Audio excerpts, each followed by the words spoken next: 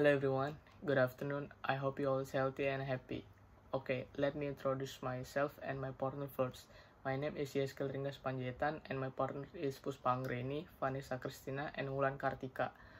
We are from Group T, Faculty of Economics, Universitas Negeri, Jakarta. So in this video presentation, we will discuss about business plan. The first is how to write a great business plan. The one is keep it short. Business plans should be short and concise. The reasoning for that is twofold. First, you want your business plan to be read. No one is going to read a 100-page or 40-page business plan. Sure, you may need supporting documentation for specific sections, but you can include this element in your appendix. The second is know your audience. Write your plan using a language that your audience will understand. For example, if your company is developing a complex scientific process, but your prospective investors aren't scientists, avoid jargon or acronyms that want to be familiar. Accommodate your investor and keep explanation of your product simple and direct. The third is test your business idea. Working through your business plan and starting with one page can help you to test of viability of your business idea long before launching. As you work through everything from your branding and mission statement to your opportunity and execution, the best thing you can do is get a feedback and test a different element of your business. This can be as simple as having a mentor or partner review elements of your plan, or conducting market research and speaking directly to your potential customer base. The fourth is establish goals and objectives. You should know what you want to get of your business upfront. Are you waiting to turn a side hustle into a full-time business, trying to expand your team, or launch an additional occasion? Knowing what you're trying to accomplish and having questions like this in mind can help you develop your business plan specifically to reach these goals. And the last one is don't be intimidated. Writing a business plan may seem like a big hurdle, but it doesn't have to be. You know your business, you're the expert on it. For that reason alone, writing a business plan and leveraging your plan for growth won't be nearly as challenging as you think. And you don't have to start with the full, detailed business plan that I'm going to describe here. In fact, it can be much easier to start with a simple one-page business plan. What we can learn plan, and then come back and build a slightly longer, more detailed business plan later. Next is do and don'ts of the writing process. What to do? The first is write your own plan and seek input. Next is conduct research and provide accurate numbers. The third is include all 8 sections in your business plan. The fourth is explain both strengths and weakness of your business. And don'ts or what not to do. The first is do not expect to write your business plan in one day. The second one is do not leave out pertinent details. The third is do not overestimate or underestimate numbers. And the last is do not reuse wording from business plan, templates or software program. Next is executive summary. The first point is the grab. You should lead with the most compelling statement of why you have a really big idea on your business. The second one is the problem.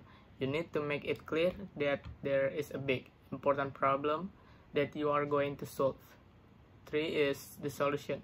What specifically are you offering to next, the opportunity. Spend a few more sentences providing the basic market segmentation or size, growth, and dynamics. And the 5 is your competitive advantage. No matter what you might think, you have a competition. The 6 is the model. How specifically are you going to generate revenues and from who? And 7 is the team. Why is your team qualified to win? And next is the promise. You should show 5 years of revenues, expense, loss, or profit, cash, and head count. And the last one is the ask. This is the amount of funding you're asking for now. And you should be able to do all this in this point. 8 paragraphs, possibly a few more If there is a particular point that needs emphasized, you should be able to make each point in just 2 or 3 simple, clear, specific sentences, and this means your executive summary should be about 2 pages maybe or 3. Okay, next, company mission and description. Company profile is a brief description of company that reflects the quality and work focus of company. Usually, a company profile is needed when you are going to submit an offer or investment to potential buyers, investor, or cooperation with strategic business partner. Here are some of the importance of mission in a company. First, providing optimal work standards. Second, make employees feel their work more meaningful. And third, increase morale and commitment. Okay, next slide. Providing optimal work standards. When an employee understands what are the goals for work, are there any noble ideals from a company that you want to achieve in terms of mutual prosperity? So, indirectly, the employee will begin to realize that they must provide the work standards he has optimally for the sake of the noble goals of the company. And then, make employees feel their work more meaningful. Work not only to meet physical needs, but spiritual needs, about how to build good relationship with colleagues, with superiors, and with our subordinates. That is why having a company vision and mission will make the work done more meaningful. Next, increase morale and commitment. Employees of a company are not robots who can work all the time tirelessly and do not need to know the direction and company in which they work. Having a company vision and mission will make employees more active and enthusiastic at work. Next slide. Products and service. Products are the result of the production process carried out by producers or companies which will later be sold to consumers who need them. Most of a company's income comes from the products it sells to consumers. Consumers will buy this product for their daily needs or to fulfill their satisfaction. As for the classification or types of product consumed or used include such as first, consumer products, namely products that are used by and label consumed. So consumers buy and use them directly so they are not resold. In general, products that are often consumed by the public are classified into 3 parts including 1. Daily needs product. It is a product that is often purchased by consumer because this product is very much needed and easily consumed when used. In everyday products, it is very easy for consumers to change brand whatever it is because they are not satisfied with this previous brand, are influenced by advertisement in various media, want to try new product, or for other reason. Daily products such as laundry, soap, bath soap, toothpaste, food, drink. 2. Grocery products. Consumer buy grocery products in general by comparing one product with other similar products, but in terms of price, specification, and quality. In addition to comparing the 3 things, consumer will generally see the physical product, see the seller service, and the place where the product is sold. Usually, these products are electronic and fashion products such as cell phones, television, shoes, jackets, etc. And 3. Special products. The definition of a special product is a product that has a luxury and special impression. Consumers will be willing to pay a very high price to get the product. Okay, next slide. Industrial products, namely products purchased by producers or companies, which will later be resold or used as raw materials for the production process to produce other goods. So, in essence, industrial goods or products are used for the production process. In general, industrial products are classified into 3 parts including 1. Materials and parts. The first is raw materials. It can be said that the raw materials used by companies for the production process, so they can produce other products that are more useful. Raw materials are divided into 2, namely agricultural products such as cotton, wheat, rice, wood, etc. For example, wheat that is turned into bread, and products from natural resources such as oil, wood, iron, etc. For example, wood that has been converted into chairs, table, and cabinet. 2. Capital items, namely products or items that have very long durability. This item can make it easier for companies to develop and manage finished products. Capital items such as buildings in factory installation, for example such as office, production buildings, production machines, etc. And additional equipment, for example such as participial equipment such as laptops, transportation tools, and other portable tools. And the last, supplies and service business equipment and service, namely items that have long durability and are useful to make it easy to manage all finished products. Among them are supplies, namely equipment for production operations, for example engine lubricants, engine fuels, stationery, and so on. Business service, which is the maintenance and repair of equipment that is experiencing problems, and also consulting in business, such as consulting business law, production advertising, etc. Okay, next slide. Marketing strategy. Marketing strategy is an effort to market a product, be it goods or service, by using certain plans and tactics so that the number of sales is higher.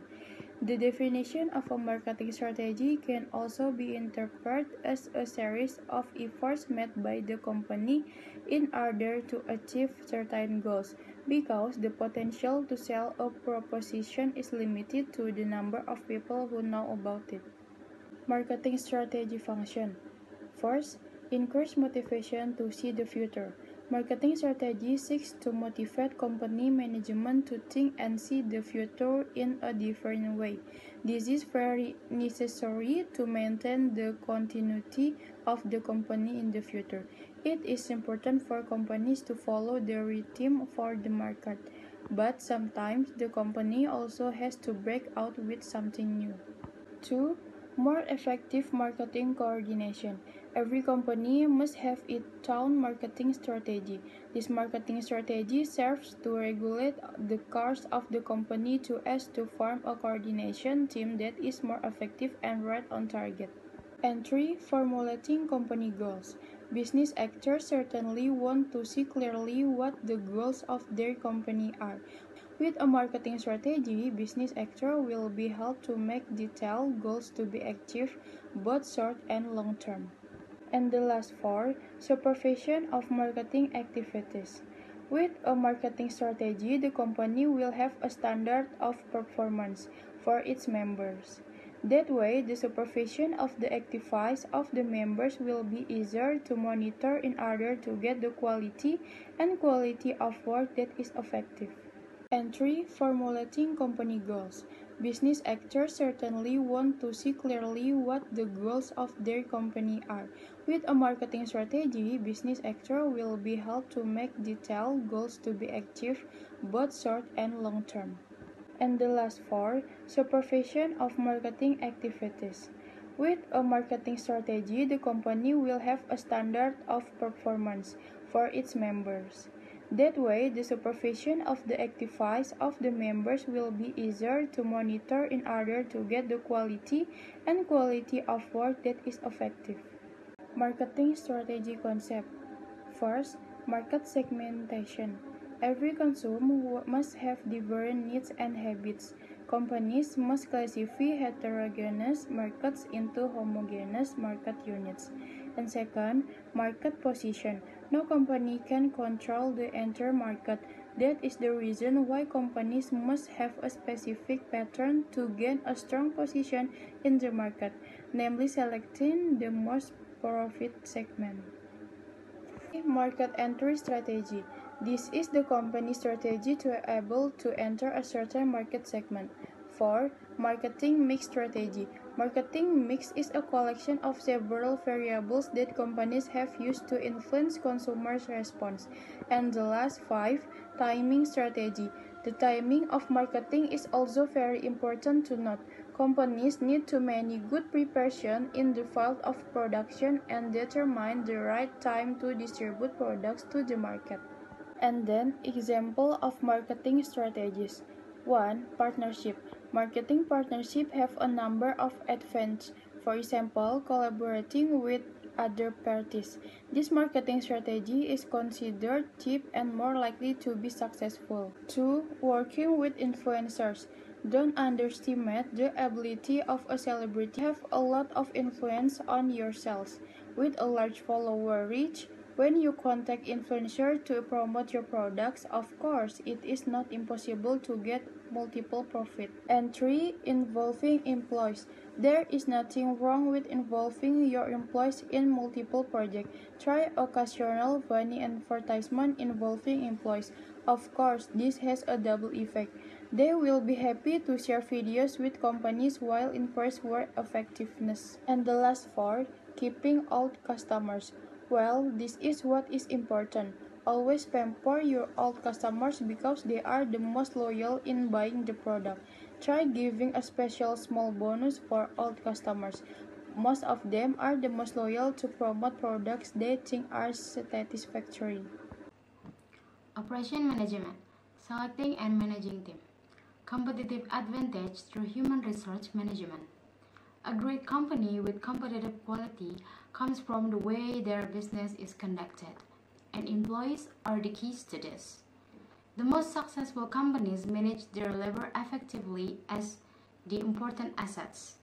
It comes down to the fact that companies with better employees have the competitive advantages. Human resource is important as it helps in creating strong competitive advantage through their personal management policies, productivity, and employee happiness is an advantage that often results in superior customer service, which help drive sales. Providing employee voice and influence. According to Jones, the best way to incorporate employees to improve company's performance is through employees' participation and influence. Employee voice is often defined as giving people opportunities to express ideas, concerns, and perspective with authenticity and without fear of social or workplace consequences. That means employees have the ability to influence decisions at work through their feedback. Recruiting workers. Recruiting is interviewing potential candidates, which can be considered to be work. Recruitment of talented employees is the most important thing of any company's ability to maintain success and get the achievement of standards company. There are 2 methods of recruitment. The first one is internal recruitment. Internal recruitment is when a business or organization intends to fill a vacancy from within its existing workforce. Internal recruitments have 2 principal ways. There are advertising job openings internally and using networking. And the second one is external recruitment. External recruitment is the other hand when organization looks to fill vacancy from applicants outside of the company. External recruitment can be done in many ways, such as traditional advertising, job fairs, or campus visit, headhunters recruitment services, and online recruitment. Evaluating recruiting policies. Selective hiring. In order to evaluate the fit, it's essential for managers to create a list of relevant criteria for each position before beginning the recruitment and selection process. Each job description should be associated with a list of critical skills, behaviors, or attitudes that will make or break the job performance. Selective hiring helps to increase company's quality of human resources and company itself. Interviews. Interviewing is an important step in employee selection process. If done effectively, the interview enables the employer to determine if an applicant's skills, experience, and personality meet the job's requirements. It also helps the employer assess whether an applicant would likely fit in with the corporate culture. In addition, preparing for an interview can help clarify a position's responsibilities. There are 2 ways of interviews. The first one is behavioral interviews. The interviewer asks the applicant to reflect on their past experience. After deciding what skills are needed for the position, the interviewer will ask the questions to find out if the candidate possesses these skills. And the second one is situational interview. A situational interview requires an applicant to explain how they would be handled certain situations. Selection test. Behavioral assessment and personality profiles are a good way for hiring employees to learn how the individual will interact with their coworkers, customers, and supervisors. Background checks. Background checks are a way for employers to verify the accuracy of information provided by applicants in resumes and applications. Information gathered in background checks may include employee history, educations, credit reports, driving records, or criminal records. Evaluation. Companies require to assess their hiring in terms of technical success as well as cultural fit. Evaluating the hiring process will help ensure continuing the company's success. Employee training. Training is the act of teaching the skill and behavior. There are many benefits of training employees. There are increased job satisfaction and morale among employees, increased employee motivation, increased efficiencies in the processes, resulting in financial gain, increased capacity to adopt new technologies and methods, increased innovation in strategies and products, reduce employee turnover, and enhance company image. Performance appraisal.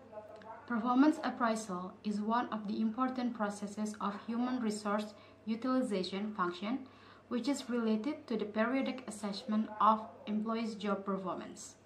It can be understood as the act of comparing employees' input and output with the pre-established criteria and objectives of the organization.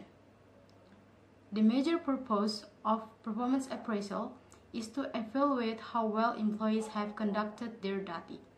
Performance appraisal helps to keep a record of each employee's job performance, including what efforts they have made and what they have achieved.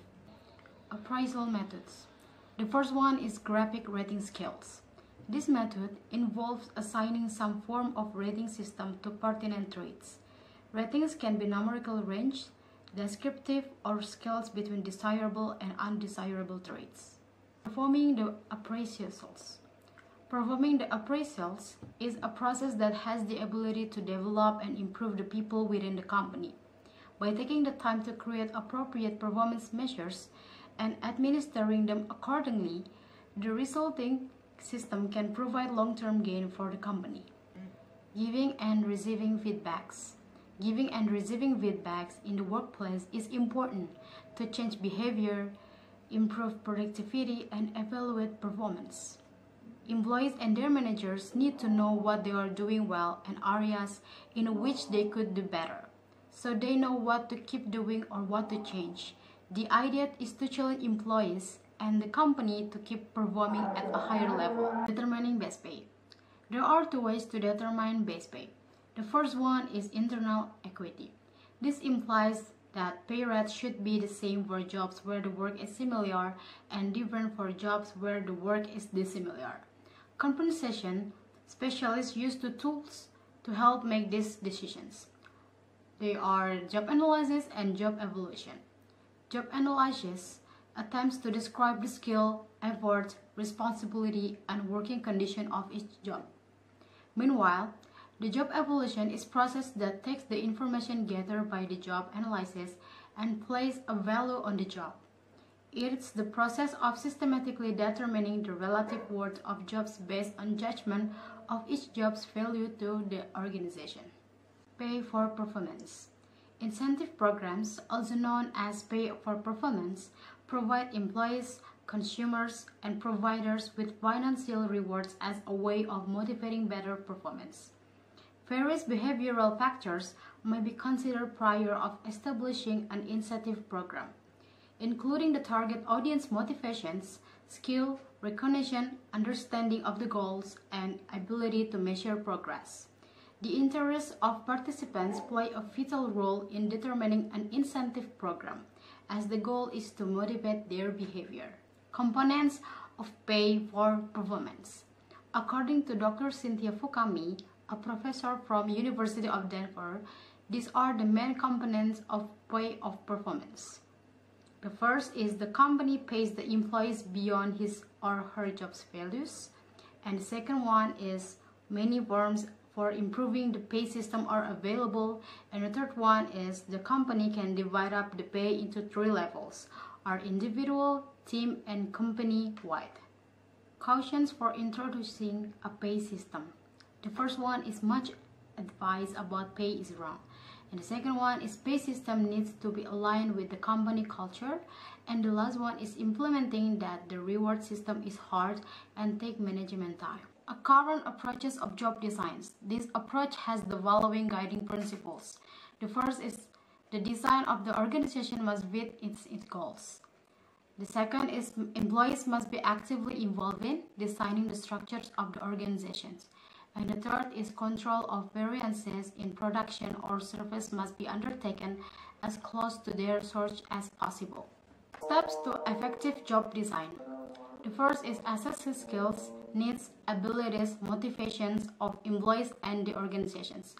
The second is design the job to meet those needs, abilities, and motivations.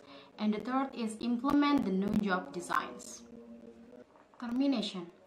An employer can typically fire an employee for cause when their behavior falls under the following categories, such as policy and procedure violations, substandard job performance, inappropriate workplace conduct, and attendance or tardiness problems. Downsizing. Downsizing is the permanent reduction of company's labor force through the elimination of unproductive workers or divisions. Downsizing is a common organizational practice, usually associated with economic downturns and failing business. Human resources metrics. Human resources metrics are key figures that help organizations track their human capital and measure how effective their human resources are. Operations management. Operations management is the management of processes that transform inputs into goods and services that add value for the customers. The goal of the operations management is to maximize efficiency while producing goods and services that effectively fulfill customer needs. One of 3 strategic functions. Operation is one of the 3 strategic functions of any organization. The operation strategy should support the overall organization strategy. This means that it's a vital part of accomplishing the organization strategy and ensuring the long-term survival. Strategic versus tactical operations decisions.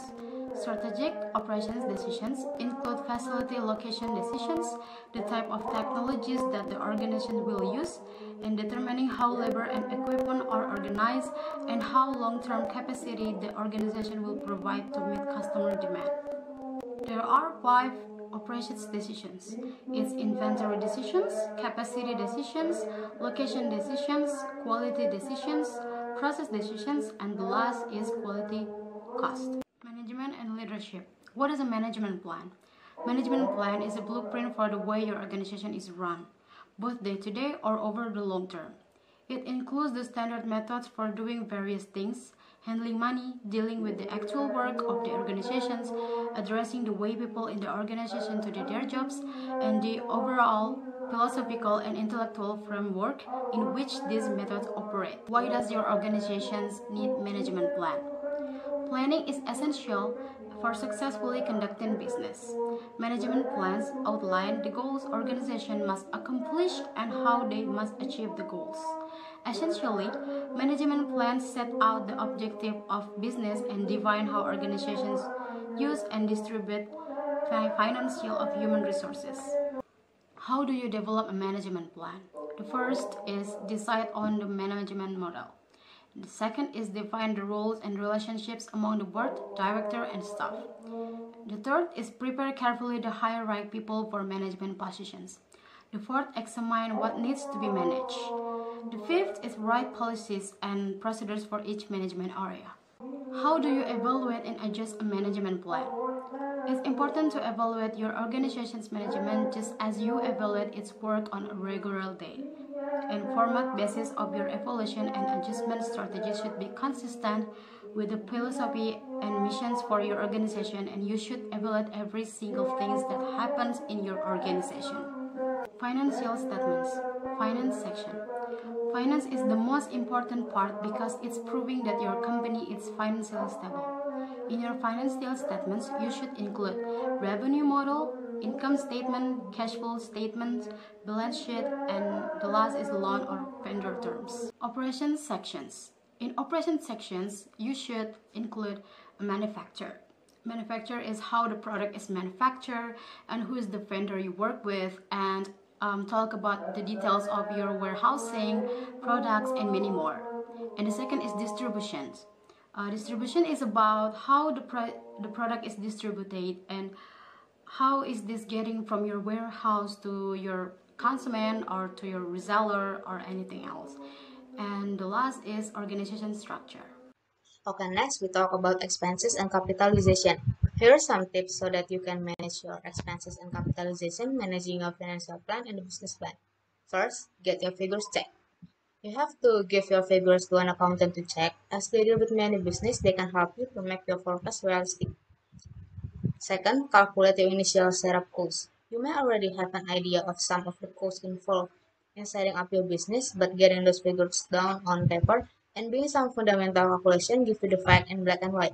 Calculating this cost also gives you a chance to consider what's necessary, like element you must have to get your business operational and what's desirable. Third, buy at auction. On an auction yards can be great source of cheap second-hand equipment. Keep your eye on the local paper, register on site like TradeMe, or ask your local business contact to let you know of any upcoming sales and auction. Fourth, hidden costs. Remember to factor in the hidden cost of setting up a business to the little things that may not be quite as obvious as a building, plant, or machinery. These costs may be comparatively small, but they all add up and could significantly affect your ability to set up. Next, we talk about financial plan. First, type of cost. You can divide your costs into variable and fixed costs. Variable costs are expenditure that varies with the production volume. Variable costs increase when production increases and fall when it decreases. Fixed costs are expenses that do not vary depending on your production volume. Example of variable costs include the purchase of raw material, packaging, or labor. The cost of the input goes up in direct proportion to the volume of production. Example of fixed costs are rent of premises, certification, and depreciation. Second, cost price calculation. The cost price is the total of all variable and fixed costs divided by the number of production units. Initially, when production volume are still small, the cost price per unit is high. It is especially important when you are planning a new business that you calculate the cost price. During the planning phase, exact costs are not usually known and therefore needs to be estimated. There are often costs which are not sufficiently anticipated, especially for logistics. Third, sales margin. Sales margin is the difference between cost price and sales price. Each type of business has its own margin. The higher the investment and the risk, the higher the margin needs to be. Margin on processed product are usually higher than on raw material. The margin is not simply profit in the sense of money put in somebody's pocket. It is a safety that helps a business to survive in bad times. Next, we talk about the franchise route. Here are some tips for starting and running a successful franchise. 1. Keep in regular touch with your franchisor and act on any advice they give you. Whatever issues you may be facing, you can guarantee that someone somewhere has already faced something similar, and the franchisor will be able to advise you how to deal with it. 2. Improve your business skill. While franchisor will teach you their system, most also expect you to bring some basic business skills to the table. 3. Market your business. Even when the franchisor name and system behind you, your business won't sell itself. The fact is there is no one better to market your business than you. Use the passion you have for your product to talk to people face to face. 4. Stay up to date with paperwork. Don't leave it for a month, then attempt to do it all one day. Not only does this become a depression score, but by the end of the day you are more likely to be tired and make mistakes. 5. Wherever possible, invest in IT and developing computer skills. Many aspects of running a business can be performed faster and better with the aim of computer. 6. Recognize your strength and weakness and use them to your advantage. If you really are terrible at managing one aspect of your business, employ someone to manage it for you. And last, finally, enjoy yourself. The chances are you decided to start a business because you want to enjoy your work more than you were previously. Okay, that's all from us. Thank you for your attention. Wassalamualaikum warahmatullahi wabarakatuh.